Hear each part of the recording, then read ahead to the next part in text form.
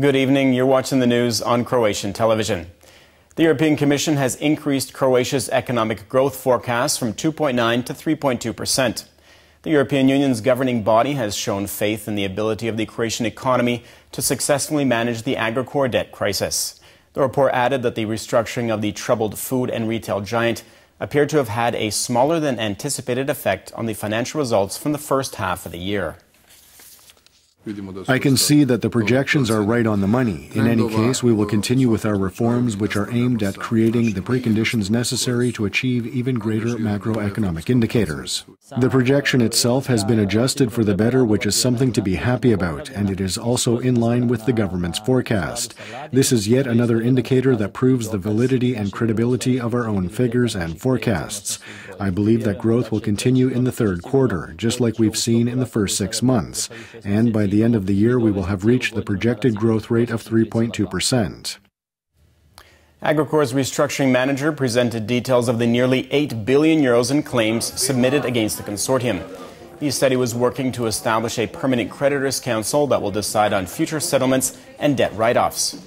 Furthermore, a London court's decision to recognize the legitimacy of Lex Agrokor should bring an end to the arbitration proceedings launched by Sberbank, the consortium's single largest creditor. Today, a London court decided to recognize Lex Agrokor, meaning that all lawsuits filed in British courts will be returned to Croatian ones. I think this speaks for itself that we have always been on the right path, and in a way it makes the continuation of this process that much easier.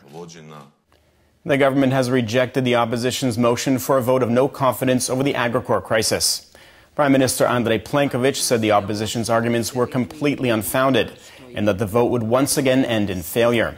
He said the government had acted within the law in an effort to protect the economy and save around 30,000 jobs.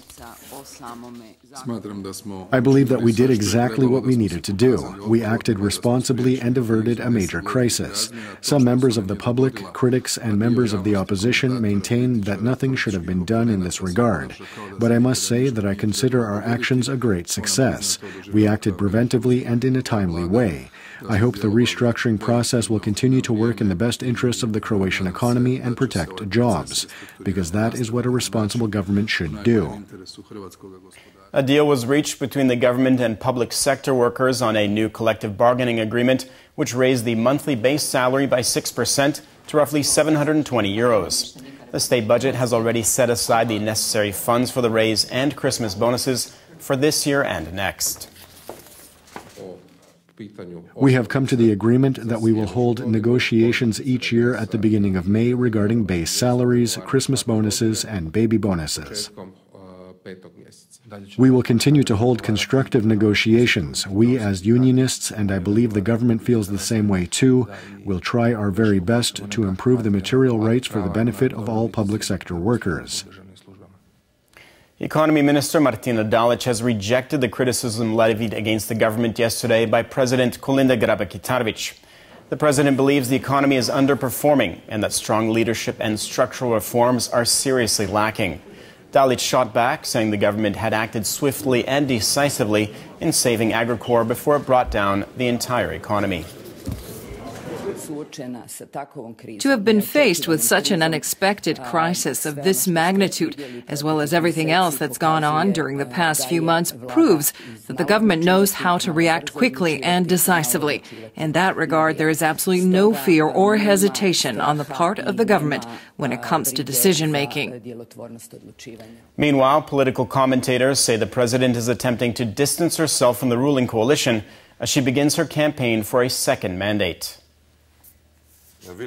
There are some clear political differences. On one hand, you have the Prime Minister who is playing the stability card, which means keeping the status quo. And on the other hand, if the President decides to run again for President, she may run into trouble, because in her previous campaign she made many promises that have gone unfulfilled. The Minister of Environmental Protection and Energy, Tomislav Ćorić, announced the formation of a working group that will address the country's energy strategy moving forward.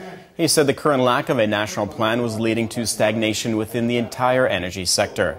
He added that he wanted to increase the efficiency of production and build more energy-related infrastructure. At the moment, Croatia produces around 60% of its energy needs from a range of sources. This means that the remaining 40% is imported, mostly oil, gas, and electricity. The one positive point is that Croatia does have huge energy potential that is yet to be exploited. Taking a quick look at sports in Champions League water polo, Jug from Dubrovnik hosted Partizan last night, hammering the team from Belgrade 16-5. Vincenzo Renzuto and Luka Lozina led the way with 4 goals each. And in Euro Cup Basketball League action, Croatian champs Cedevita lost in Paris last night to Levallois 91-81.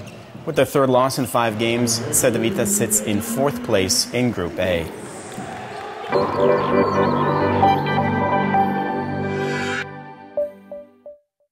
Tomorrow's weather forecast calls for partly to mostly cloudy skies in continental regions with morning fog. The Adriatic will see scattered clouds with periods of sunshine and the small chance of rain in Dalmatia towards the end of the day. A weak to moderate southeasterly wind will blow along the coast, while the north can expect a northeasterly during the first half of the day. Morning lows of between 3 and 8 inland and between 8 and 13 on the coast will give way to highs of up to 13 degrees inland and up to 18 degrees Celsius on the coast.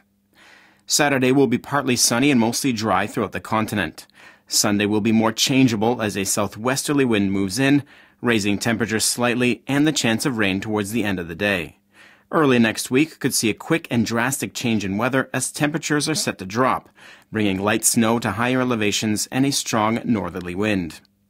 The Adriatic coast will also see a drop in temperatures on Monday, including strong rain and thunderstorms. A gale force northeasterly is expected in the north. The weekend looks to be cloudier with scattered showers on Sunday as a southeasterly wind picks up strength.